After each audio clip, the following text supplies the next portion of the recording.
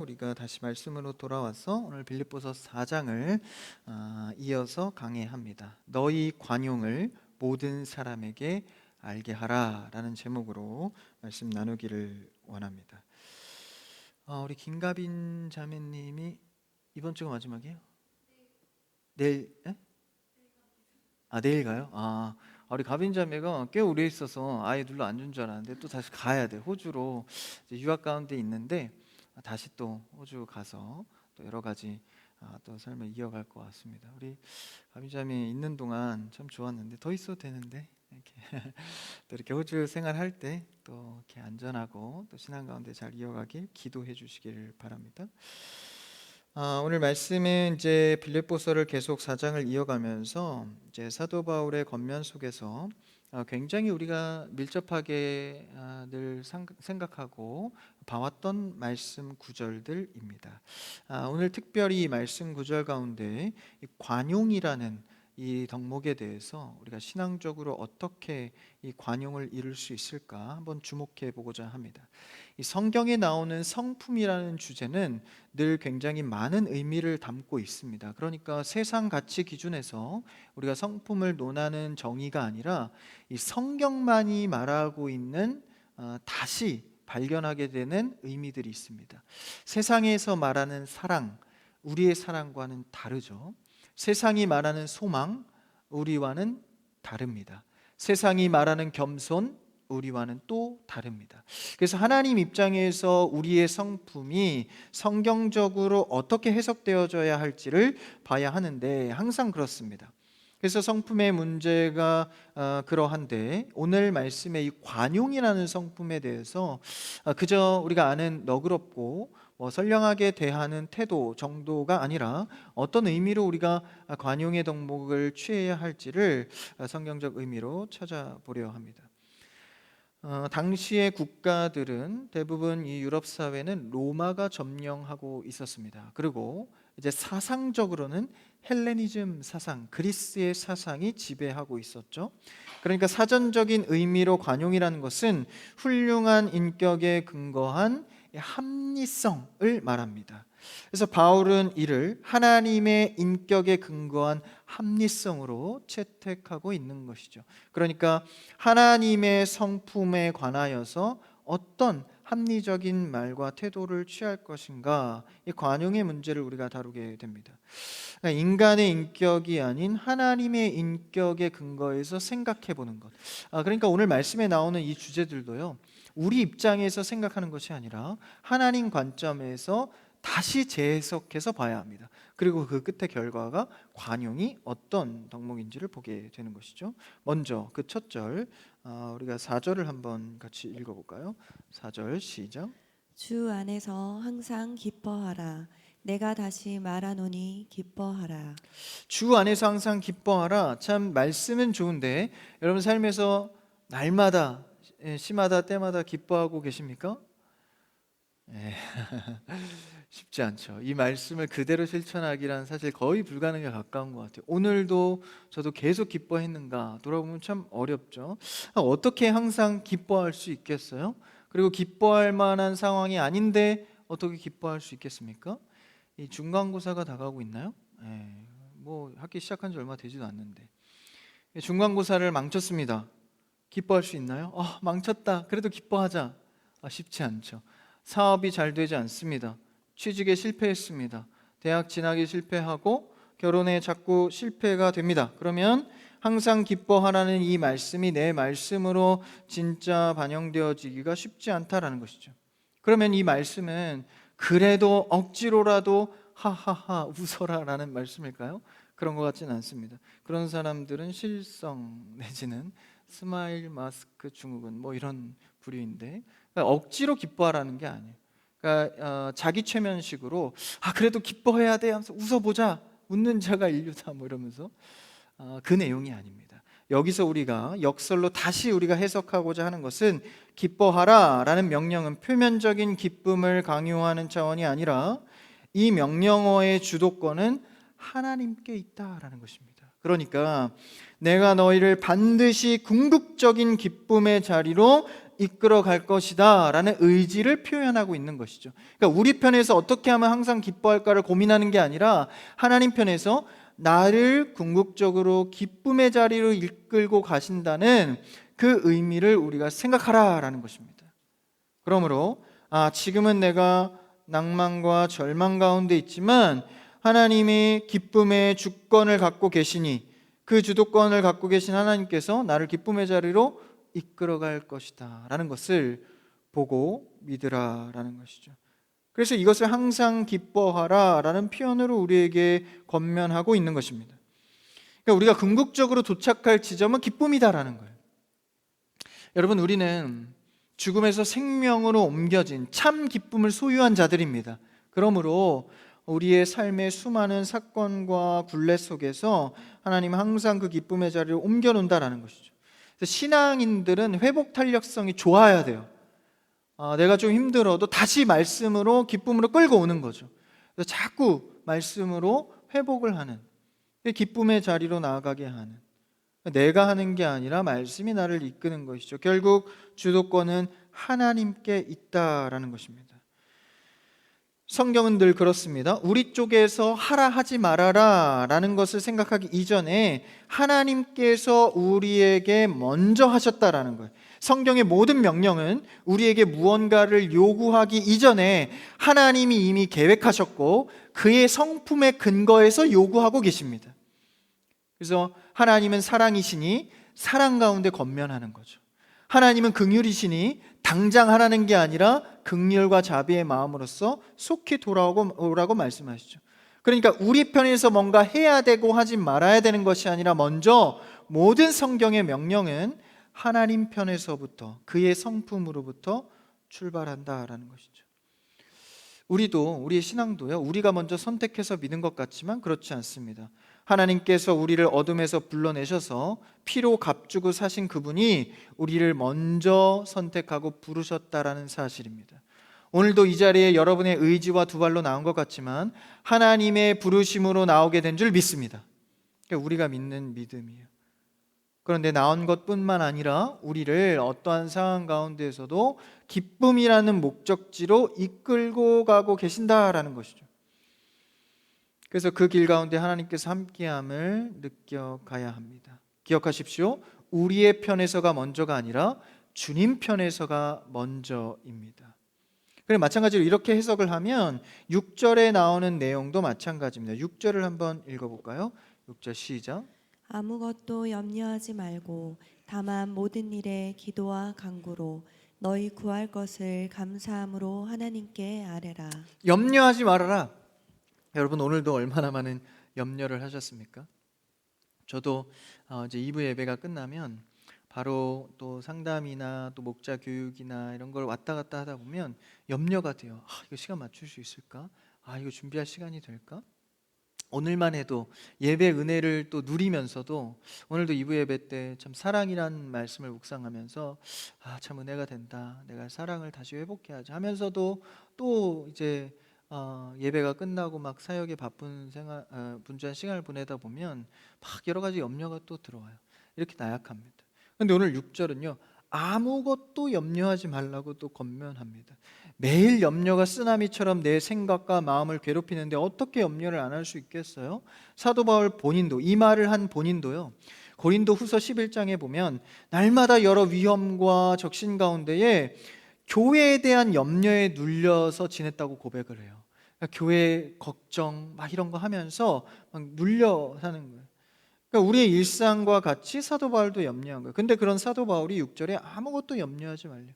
이것을 아까 기쁨, 항상 기뻐하라 라는 주제와 같이 해석을 한다면 하나님께서의 그 문제, 염려에 대한 승패는 하나님께 달려 있으니 집착하지 말라는 것이죠. 왜 염려하지 말라고 하십니까? 승패, 염려의 주도권, 그 문제에 대한 승패는 하나님께서 지고 있다라는 것입니다. 여러분의 근심과 걱정의 모든 문제의 승패는 하나님께서 지고 계신 줄 믿습니다. 그러니까 아무것도 염려하지 말라는 것은 우리가 염려한다고 그 주도권을 하나님께서 갖고 있는 것이 바뀌지 않는다라는 거예요. 때로는 주도권이 돈에 있는 것 같고 직장 상사에게 있는 것 같고 나를 면접하는 시스템에 있는 것 같지만 그 승패는 하나님께 달려 있다는 거예요. 염려하지 말라는 거예요. 염려 안 해야겠다 하고 끝나는 게 아니라 뭐라고 하죠? 6절에 그러니 하나님께 주도권이 있으니 어떻게 합니까?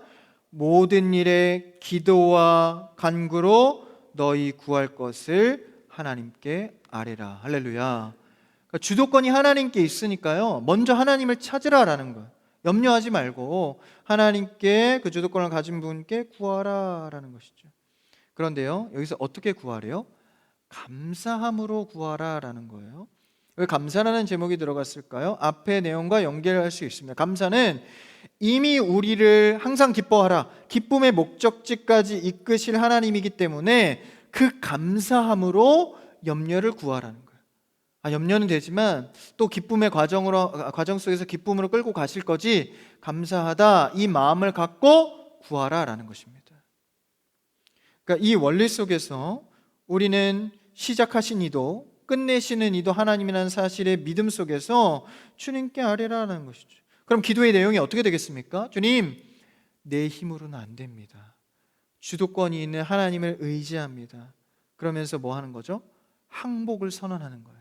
하나님 앞에. 주님, 내 힘으로는 안 됩니다.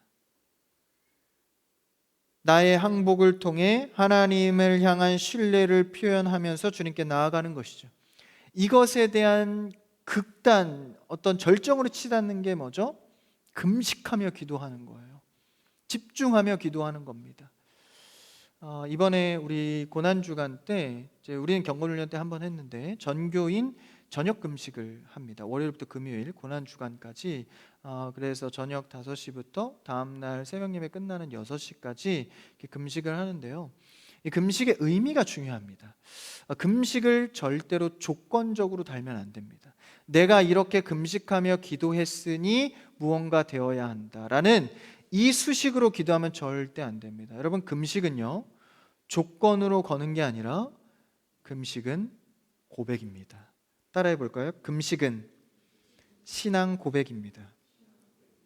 금식은요, 하나님, 내 힘으로는 안 됩니다. 그러니 내 입으로 들어가는 에너지원을 끊고 하나님만 의지하겠습니다라는 신앙 고백을 하는 거예요.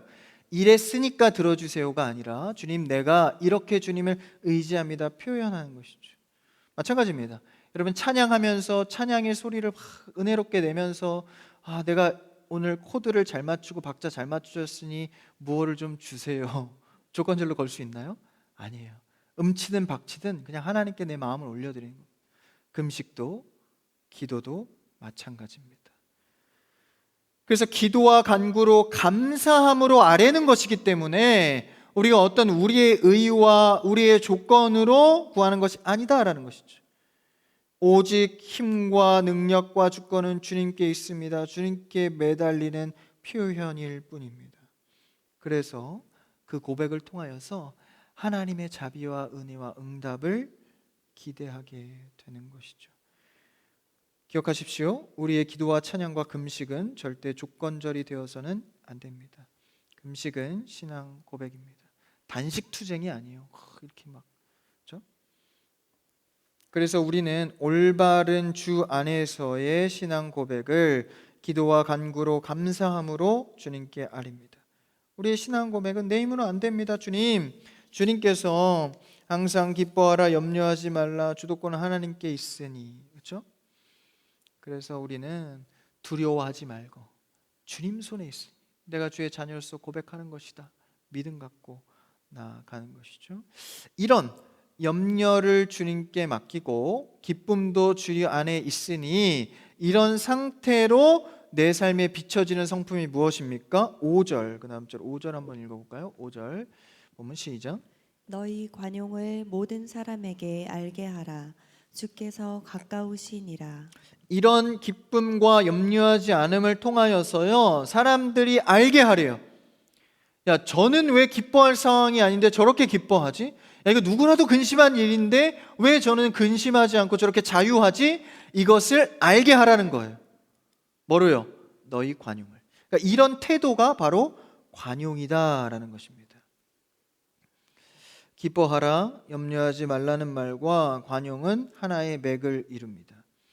집을 지을 때 여러분, 설계도가 건물이 되려면 시간과 공간이 필요합니다. 그냥 설계도만 짰다고 해서 건물이 바로 완성되는 것이 아니죠.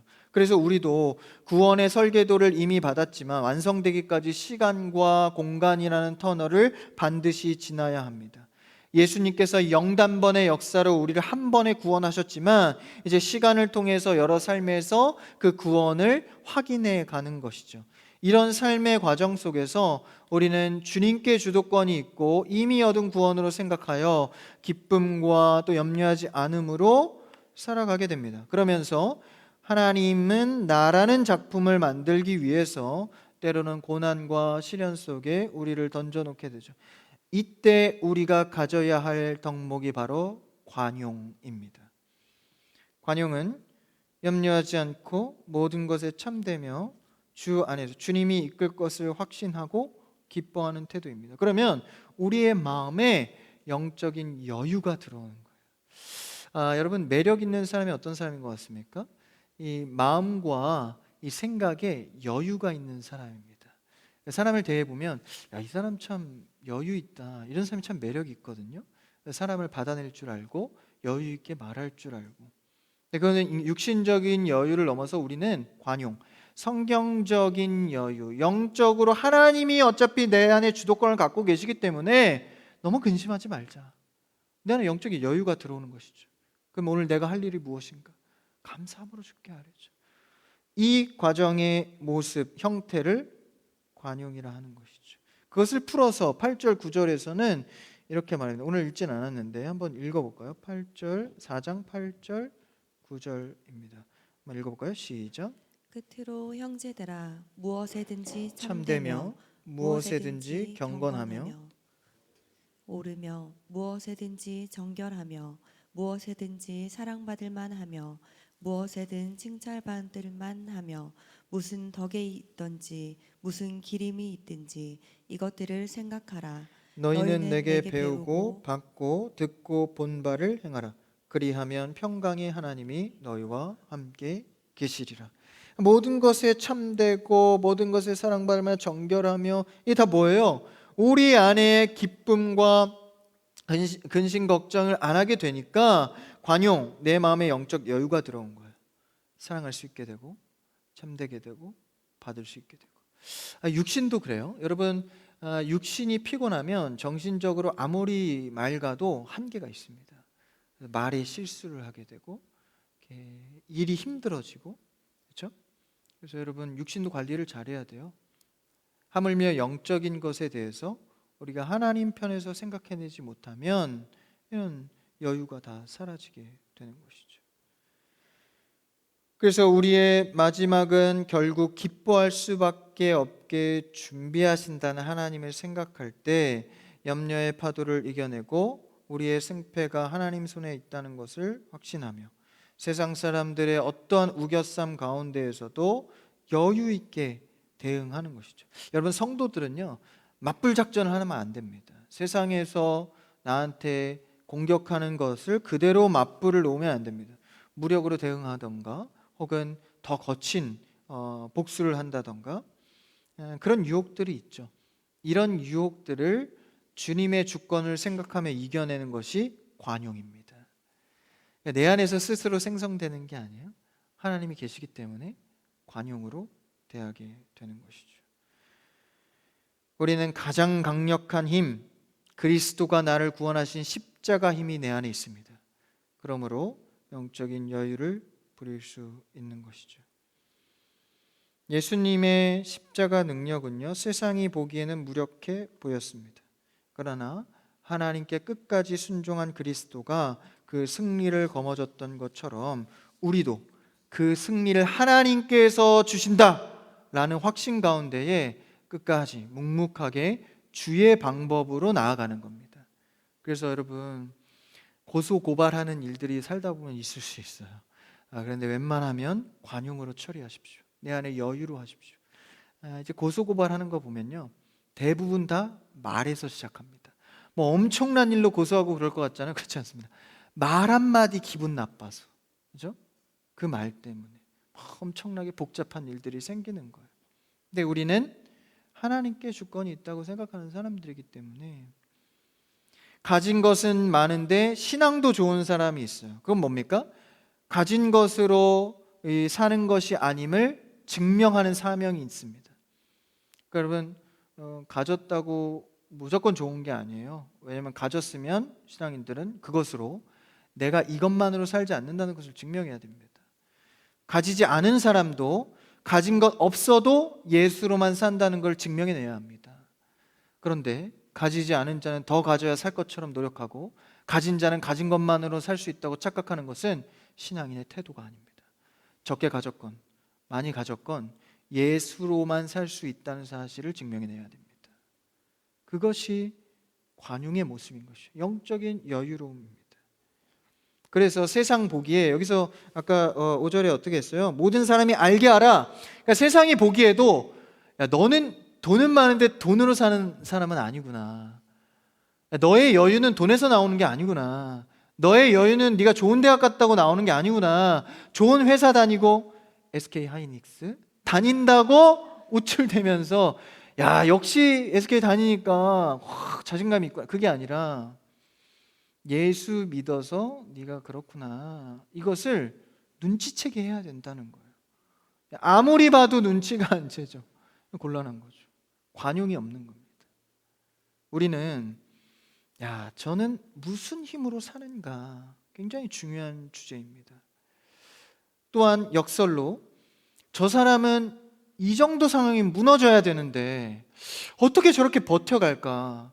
돈이 많아서일까? 스펙이 좋아서일까? 집안이 빵빵해서일까? 가만 보니까 아니야. 저 사람이 무너지지 않는 이유는 교회 다니는 것에 있구나. 이것을 5절에 보니까 모든 사람이 알게 하라. 그럴 때 어떻게 된다고요? 주께서 가까우니라. 주님이 오실 날이 멀지 않다. 이 얘기를 하는 게 아닙니다. 그 얘기가 아니라 주님께서 가까운다. 하나님의 계획을 점점점 보게 된다라는 거예요.